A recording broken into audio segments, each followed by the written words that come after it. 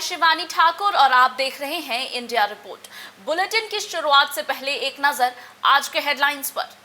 विदिशा में कांग्रेस के युवा कार्यकर्ताओं ने केंद्र सरकार के लिए निकाली अर्थी। बेरोजगारी और बढ़ती महंगाई के खिलाफ कांग्रेस ने किया प्रदर्शन।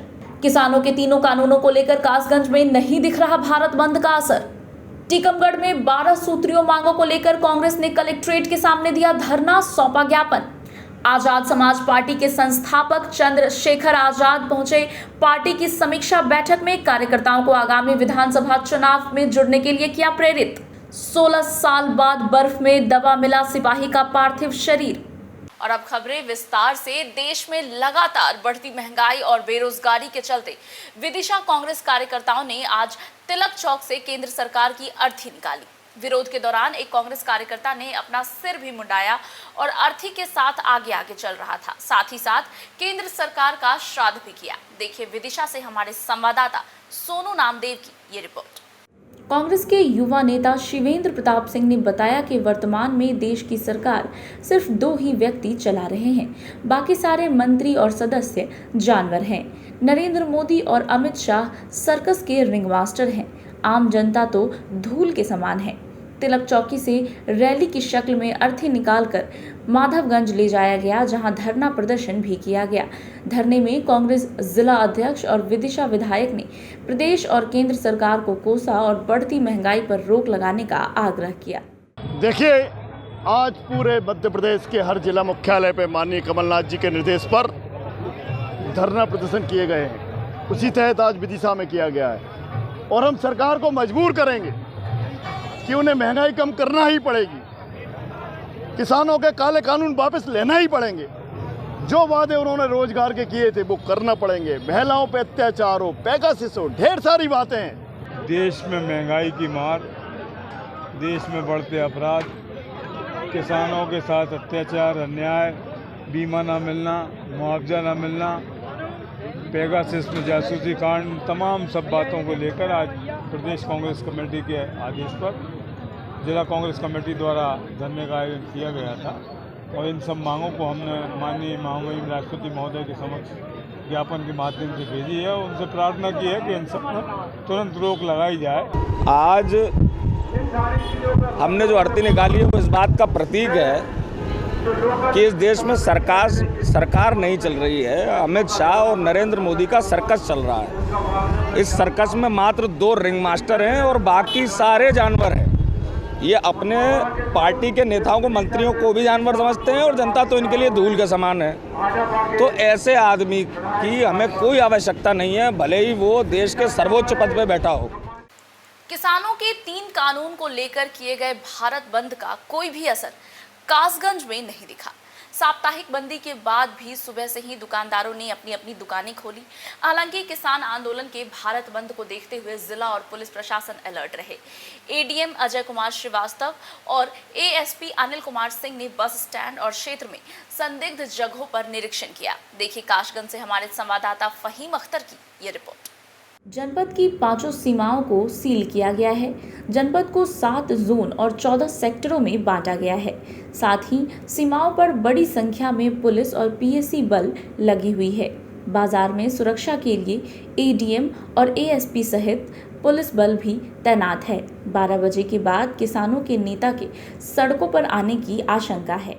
हमने जनपद को 36 सेक्टर 6 जोन में बांटा है और सभी जगह हमारे जोनल मजिस्ट्रेट और जोनल पुलिस अफसर और सेक्टर मजिस्ट्रेट और सेक्टर पुलिस अफसर सभी लोग इस समय भ्रमण पे हैं और यहाँ तक कि हम लोगों ने 5 अंतर जनपदीय बैरियर भी बना रखा है।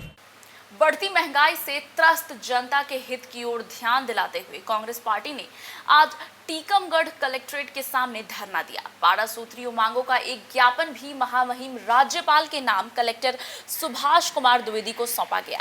जनहित में कांग्रेस ने 12 सूत्रीय मांगों को पूरा करने के संबंध में राज्यपाल के नाम ज्ञापन भी दिया, जिसमें मांग करते हुए कहा कि कोविड के कारण जान गंवाने वाले परिवारों को तत्काल पर्याप्त मुआवजा दिया जाए। कांग्रेस की न्याय योजना लागू कर सभी परिवारों को 7500 रुपए महीना दिया जाए। तीनों काले कृषि कानून तत्काल वापस लिए जाए। डीजल और रसोई गैस से एक्साइज ड्यूटी कम कर जनता को राहत दी जाए। देश की बेशकीमती संपत्तियों और कंपनियों को निजी हाथों में सौंपना बंद किया जाए।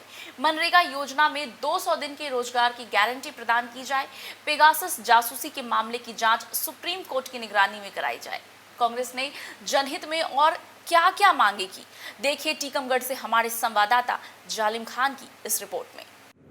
कांग्रेस ने आगे अपने मांग पत्र में कहा, सूक्ष्म एवं मध्य उद्योगों को तत्काल आर्थिक पैकेज दिया जाए। महंगाई कम करने के लिए सार्थक कदम उठाए जाएं। युवाओं को रोजगार देने के लिए सरकार एक पुख्ता कार्य योजना बनाए। टीकमगढ़ जिले में बढ़ रहे डेंगू के मरीजों की संख्या कम करने के लिए और मरीजों के इलाज के लिए चिकित्सालयों में सभी तरह की सुविधाएं उपलब्ध कराई जाए। साथ ही जिले में बर्बाद हुई फसलों का सर्वे कराकर किसानों को शीघ्र मुआवजा दिलाया जाए। मध्य प्रदेश कांग्रेस कमेटी के निर्देश थे कि जो महंगाई बढ़ रही है, महंगाई के विरोध में आज सारे जिला मुख्यालयों पर जहाँ पे भी कांग्रेस के शहर जिला अध्यक्ष हैं, ऐसे करीब 90 स्थानों पर आज ज्ञापन देने का कार्यक्रम कमलनाथ जी के नेतृत्व में हुआ है। आजाद समाज पार्टी के संस्थापक चंद्रशेखर आजाद ने पार्टी की समीक्षा बैठक में पहुंचकर कार्यकर्ताओं को आगामी विधानसभा चुनाव में अभी से जुड़ने के लिए प्रेरित किया। उत्तर प्रदेश में आगामी विधानसभा चुनाव को लेकर आए दिन बैठकों का दौर जारी है। इसी को लेकर आजाद समाज पार्टी के संस्थापक चंद्रशेखर आजाद शामली जनपद के कस्बा थाना भवन में वंदना गार्डन पहुंचे, जहां उन्होंने कार्यक्रम में पहुंचकर पार्टी के कार्यकर्ताओं को संबोधित करते हुए कहा कि भारतीय जनता पार्टी जातिवाद का जहर घोलकर चुनाव जीतना चाहती है। वो एक ऐसी पार्टी को सत्ता से बाहर करने का काम करेंगे। उन्होंने कहा कि चुनाव से पहले भारतीय जनता पार्टी ने सांप्रदायिकता का जहर फैलाने के लिए मौलाना कालिम सिद्दीकी को गिरफ्तार किया है, जिससे मुसलमान सड़कों पर आकर विरोध करें।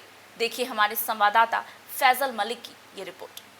आजाद समाज पार्टी के संस्थापक चंद्रशेखर आजाद ने कहा कि भारतीय जनता पार्टी मुसलमानों की हत्या कराकर दोबारा सत्ता में आना चाहती है। उन्होंने आगामी विधानसभा 2022 से पहले पार्टी के संगठन का काम पूरा कर लिया है। जो कार्यकर्ता सक्रिय हैं उन्हें आगे बढ़ाने का काम किया जाएगा और जो निष्क्रिय हैं उन्हें हटाया जाएगा। उन्होंने कहा कि आने वाली 17 तारीख को मेरठ से सत्ता परिवर्तन रैली की शुरुआत करेंगे, क्योंकि मेरठ शुरू से ही क्रांति की धरती रहा है। उन्होंने कार्यकर्ताओं में जोश भरते हुए विधानसभा से पहले पार्टी को मजबूत करने के लिए प्रेरित किया। देखिए, ये 2022 की विधानसभा की तैयारी जो उत्तर प्रदेश में आजाद समाज पार्टी के लोगों ने शुरू कर दी है, ये उसको लेकर कार्यक्रम है। अब 17 तारीख को मेरठ में सत्ता परिवर्तन रैली हमारी है, क्योंकि मैं समझता हूं कि मेरठ एक क्रांति धरा है और 1857 की जो क्रांति थी गुलामी के खिलाफ आज़ादी के लिए, वो वहाँ से शुरू हुई थी, जिसका आगाज जो है माता दीन वाल्मीकि और धन सिंह कोतवाल गुर्जर जी ने किया था। उसी लड़ाई को आगे बढ़ाने के लिए 17 तारीख को रैली जो है मेरठ में है और उसका प्रथम चरण जो है शुरुआत उस रैली को ताकत देने के लिए शामली से हम लोगों ने शुरू किया है, जो आज हम थाना भवन में है। सेना में तैनात एक सिपाही का पार्थिव शरीर बर्फ में दबा हुआ मिला। 23 सितंबर 2005 को गहरी जिगजैग खाई में गिर जाने के कारण सिपाही बर्फ में दब गए थे और 16 साल बाद अब उनका शव मिला है, जिसको कि मंगलवार तक गाजियाबाद लाया जाएगा, जहां उनका राजकीय सम्मान के साथ अंतिम संस्कार होगा। इसे कुदरत का करिश्मा ही कहा जाएगा, जब एक पर्वतारोही सिपाही का पार्थिव शरीर 16 साल बाद उसी तारीख को बर्फ में दबा मिला, जिस तारीख को हादसे में वो बर्फ में दफन हो गए थे। गाजियाबाद के रहने वाले अमरीश त्यागी ने सन 1995 में सेना में भर्ती ली थी, जिसके बाद उनकी तैनाती कई जगह हुई। सितंबर 2005 में वो उत्तराखंड की हिमालय की सबसे ऊंची चोटी पर ध्वजारोहण कर जब अपनी टीम के साथ वापस आ रहे थे, तो 23 सितंबर को गहरी खाई में गिर जाने के कारण 4 सिपाही, जिसमें कि अमरीश भी शामिल थे, बर्फ में दब गए। हालांकि रेस्क्यू कर 3 सिपाहियों के पार्थिव शरीर को निकाल दिया गया, मगर अमरीश का पार्थिव शरीर नहीं मिल पाया था। लेकिन ठीक 16 साल बाद 23 सितंबर 2021 को आर्मी कैंप की तरफ से आई एक कॉल ने अमरीश के परिवार में खलबली मचा दी। खबर ही कुछ ऐसी थी। अमरीश के परिजनों को आर्मी वालों ने बताया कि अमरीश का पार्थिव शरीर 16 साल बाद बर्फ पिघलने के बाद उसी जगह से बरामद किया गया है। जहां एक ओर परिजनों में उनकी शहादत को लेकर थोड़ी सी मायूसी है, तो वहीं दूसरी ओर उनके पार्थिव शरीर को 16 साल बाद पाने की खुशी भी उनके चेहरे पर साफ देखी जा रही थी। उनके परिजनों का कहना था कि उन्हें उम्मीद थी कि अमरीश जरूर वापस आएंगे, चाहे किसी भी सूरत में वापस आएं। अमरीश के भाइयों के मुताबिक अमरीश शुरू से ही दिलेर थे और वो कहीं भी फंस जाए तो बड़ी ही बहादुरी के साथ वहां से निकल आते थे। यही कारण था कि उन्हें उम्मीद थी कि अमरीश की खबर उनके पास कभी न कभी जरूर आएगी। हालांकि इस दौरान अमरीश के माता और पिता दोनों की ही मौत हो गई। दूसरी ओर जैसे ही अमरीश के पार्थिव शरीर के मिलने की सूचना पूरे गांव को मिली, तो गांव का जमावड़ा अमरीश के घर पर आना शुरू हो गया। उसके साथ ही उनके रिश्तेदारों ने भी घरों पर आना शुरू कर दिया। अमरीश के भाई के मुताबिक सेना की तरफ से किए गए फ़ोन कॉल में उन्हें ये बताया गया कि अमरीश के पार्थिव शरीर को मंगलवार सुबह तक गाजियाबाद के मुरादनगर थाना क्षेत्र में उनके पैतृक गांव में लाया जाएगा, जहां राजकीय सम्मान के साथ उनका अंतिम संस्कार भी किया जाएगा। इस बात को लेकर वो खासा खुश भी हैं कि अमरीश के पार्थिव शरीर को उनके गांव की मिट्टी में ही विलीन किया जाएगा। हालांकि अमरीश के पिता भी सेना में ही थे और सन 1962 से 1965 की लड़ाई में भी उन्होंने अपना योगदान दिया था, लेकिन आखिरी वक्त में अपने बेटे के अंतिम दर्शन भी न कर पाने का मलाल उनके साथ रहा, जिसके चलते ही अमरीश के माता पिता दोनों का देहांत भी हो चुका है। वो 2 आदमी से आए थे, 3 आदमी जी ये 24 तारीख की शाम को। जी वो तो उन्होंने ही बताया था ये। जी। हाँ, तो इस बात को लेकर दिल की किस तरह की बातें आपकी निकल रही हैं? बस देखो जो कुछ हमें पहले पता है कि ऐसे ऐसे हो गया, हम तो उनकी बात मानते रहे कि सरकार से ऊपर तो हम है नहीं जी, जी तो हमने उनकी सब बात मान ली थी। अब जैसे हमें पता लगा, हमें खुशी ये हुई है कि हमारी मिट्टी मिल गई, हम अपने भाई का संस्कार कर सकें।